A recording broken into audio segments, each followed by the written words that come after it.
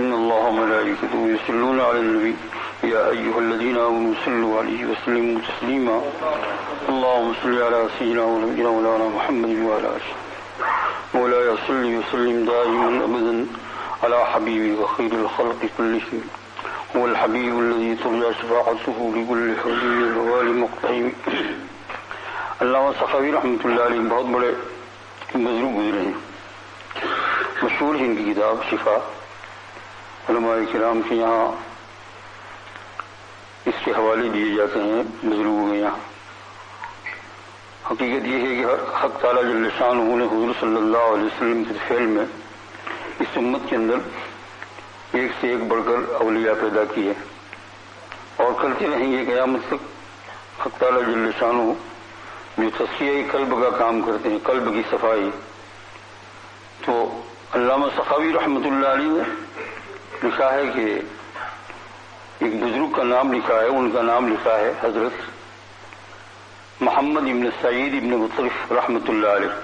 محمد ابن سعید یہ بہت زیادہ درست شریف پڑھتے تھے. یہاں ایک بات درمیان میں خیال کر لیجیے میرے بھائیوں کہ درود شریف کا معمول پڑھنا یہ اس وقت بہت زیادہ فائدہ دیتا ہے جبکہ اس کے اندر اس بات کو بھی داخل کر لیا جائے کہ آدمی گناہوں سے بچے، خاص کر کے گناہ کبیرہ سے، آنکھ، کان، ناک، ان گناہوں سے. رمضان مبارک میں بھی اسی طریقے سے گزارنا چاہیے کہ صبح سے لے کر شام تک اپنے ضروری کام کا جا کیجیے. آنکھ کو، کان کو، ناک کو، زبان کو، قلب کو، دماغ کو گناہوں سے بچا لیجیے اور پھر قرآن پاک کی تلاوت جتنی آپ سے ہو سکے اتنی کیجیے. اور پھر اس کے ساتھ ساتھ درود شریف، اور اس کا پڑھنا تو بڑا آسان ہے اس لیے کہ جب یہ زبان پر چڑھ جاتا ہے تو پھر چھوٹتا نہیں ہے، چلتے اٹھتے بیٹھتے. اور دنوں سے زیادہ اس میں اس لیے زیادہ سہولت ہوتی ہے کہ اور دنوں میں کھانا پینا بھی ہوتا ہے، منہ میں سگریٹ، چائے، پان یہ ہوتا ہے، لیکن ان دنوں کے اندر تو ماشاءاللہ بالکل منہ فارغ ہوتا ہے. تو جب درود پاک جب چلتے اٹھتے بیٹھتے چڑھ جاتا ہے تو پھر وہ چھٹتا ہی نہیں. یہ آپ سونے لگو گے تب بھی درود شریف. تو محمد ابن سعید ابن مطرف رحمۃ اللہ علیہ کے متعلق علامہ سخاوی نے لکھا ہے کہ بہت زیادہ درود شریف پڑھتے تھے وہ.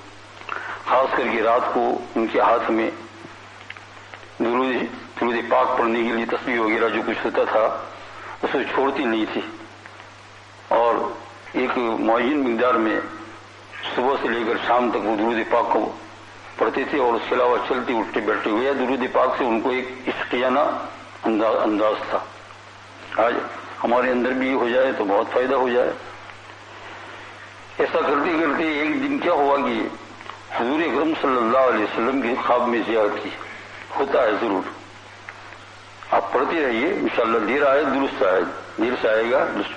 ایسا نہیں کہنا کہ اب یہ زمانہ نہیں ہے، یہ نہیں ہے، یہ بات نہیں ہے. یہ حضور صلی اللہ علیہ وسلم کی برکات جو ہے نا وہ تو قیامت تک جاری رہنے والی ہے. اگر برکات نہ ہوتی تو ہم اس حال میں ہو ہی نہیں سکتے. تو اللہ کے رسول صلی اللہ علیہ وسلم کی خواب میں زیارت کی ان بزرگ نے، اور بس وہ خواب تھا تو حضور صلی اللہ علیہ وسلم کو انہوں نے خواب میں دیکھا. بہت حسین چہرہ اور بہت زیادہ خوشبو آ رہی ہے تو یہ ایک دم دب گئے خواب میں. یعنی اس لیے تو بزرگوں نے بتایا ہے کہ جب بہت زیادہ درست سے پڑھتے ہو تو اس کے لیے ذرا تیاری بھی رکھیے کہ ملاقات تو آئیں گے، تیاری بھی رکھیے اس کی. نہیں سمجھے نا؟ کیا کریں؟ وضو کر کے سو جائیے، وضو کر کے نہ سنا ہو تو تیمم کر کے سو جائیے، نہانے بہانے کی حاجت ہو تو غسل کر کے سو جائیے. تیار رہیے. کبھی وہ شاہ تشریف لائے تو پھر اگر تیاری نہیں ہوگی تو پھر کیا ہوگا؟ درست شریف پڑھ کر جب خاص کر کے سوتے ہیں تو تیاری بھی رکھیے. آج نہ صحیح، کل نہ صحیح، پرسوں نہیں، مدتوں کے بعد. تو کہتے ہیں حضور صلی اللہ علیہ وسلم کی میں نے خواب میں زیارت کی تو حضور صلی اللہ علیہ وسلم مجھے کہتے ہیں، فرماتے ہیں کہ تمہارا منہ لاؤ، اس کو میں چھومنا چاہتا ہوں. تو کہتے ہیں یا رسول اللہ میں بہت گنہگار ہوں، مجھے شرم لگتی ہے، میں کسے میرا منہ آپ کو دوں؟ سمجھے؟ لیکن حکم تھا، لیکن پھر بھی بیٹھے رہے. خواب میں بھی پسینہ چھوٹ رہا ہے ان کو، جو اٹھنے کے بعد ان کے بدن پر ان کو معلوم تھا. حضور صلی اللہ علیہ وسلم خود آگے بڑھے اور ان کے منہ کو چھوما اور کہا کہ یہ اس لیے چوم رہا ہوں کہ مجھ پر درود پاک پڑھنے سے تمہیں عشق پیدا ہو گیا ہے. تمہاری زبان سے اتنا درود شریف نکل رہا ہے کہ جتنی اور کوئی بات نکل نہیں رہی ہے. تمہاری باتوں اور تولا جائے، وزن جائے تو وزن کیا جائے تو درود پاک ہی زیادہ نکلتا ہے. اس لیے مجھے محبت تم سے ہو گئی اور یہ اللہ جل شانہ کے چاہنے سے میں تمہارے منہ کو چومتا ہوں. بس یہ ہو گئی بات اور پھر یہ خواب ختم ہو گیا. ایک دم اڑ گئے تو بیوی کو بھی اٹھایا کہ یہ حالت پیش آئی. تو جدھر دیکھتے ہیں ونڈو کی طرف دیکھتے ہیں، دروازے کی طرف دیکھتے ہیں، نیچے دیکھتے ہیں، اوپر دیکھتے ہیں، خوشبو ہی خوشبو جا نہیں رہی ہے. 8 دن تک ان کے اندر ان کے گھر میں حالت ہوئی. لوگ آتے تھے سننے کے لیے. اس لیے میرے بھائیوں، دوستوں اور بزرگوں، یہ لوگ بہت بڑے تھے. اب ہم جو ہے کچھ کسی درجے میں نہیں ہے، لیکن انشاءاللہ تعالی ہم کر لیں گے تو کچھ نہ کچھ تو پائے گا، ملے گا. اللہ جل شانہ کے دربار جو ہے، ادھر گئے مادر گئے نومیدی نیس، یہ ہمارا دروازہ جو ہے وہ نومیدی کا دروازہ نہیں ہے. اور یہ سب کچھ ہوتا ہے اللہ پاک کی طرف سے. کرنے والے کون ہیں؟ ہاں، حضور صلی اللہ علیہ وسلم کا خواب میں آنا وہ اللہ پاک کی طرف سے ہے. جب اللہ جل شانہ چاہتے ہیں تو ایسی چیز ہو جاتی ہے. حق تعالی جل شانہ مجھے توفیق، آپ کو مجھے توفیق عطا فرمائے. لیکن ایک بات ضرور یاد رکھیے کہ پہلے ایک خواب بیان کر چکا ہوں. ایک بزرگ نے خواب میں دیکھا تھا تو ان کو حضور صلی اللہ علیہ وسلم نے ارشاد فرمایا کہ جہاں غیبت ہوتی ہے وہاں سے اگر اٹھو گے نہیں تو میں آئندہ ملاقات نہیں کروں گا تمہاری. جہاں غیبت ہوتی ہے وہاں سے اٹھو گے نہیں. کرنا تو بہت بری چیز، لیکن جہاں ہوتی ہے وہاں سے اٹھ جانا. اس لیے ماں بہنوں کو بھی یہ نصیحت ہے، میں اپنے آپ کو بھی یہ نصیحت کرتا ہوں. اسی گم نفسی، آپ کو بھی اور اپنے نفس کو بھی، عورتوں کو، مردوں کو، سب کو یہی. آج کل جو زیادہ کام نہیں بن رہا اس لیے کہ اور اس طریقے سے شیطان پھنسا دیتا ہے کہ بس ایک ٹیلی فون آیا، تھوڑی دیر تو اچھی بات ہوئی، پھر غیبت پر شروع ہو گئی. کچھ عورتیں بیٹھی، کچھ مرد لوگ بیٹھے ہے نا، اور تھوڑی دیر تو بات کی. اور آپ جو اگر اس کو ٹیپ کر لو اور ٹیپ کرنے کے بعد پھر اپنا ٹیپ جو سنو تو اس کے اندر آپ کو معلوم ہو جائے گا کتنی مرتبہ ہم نے غیبت کی ہے.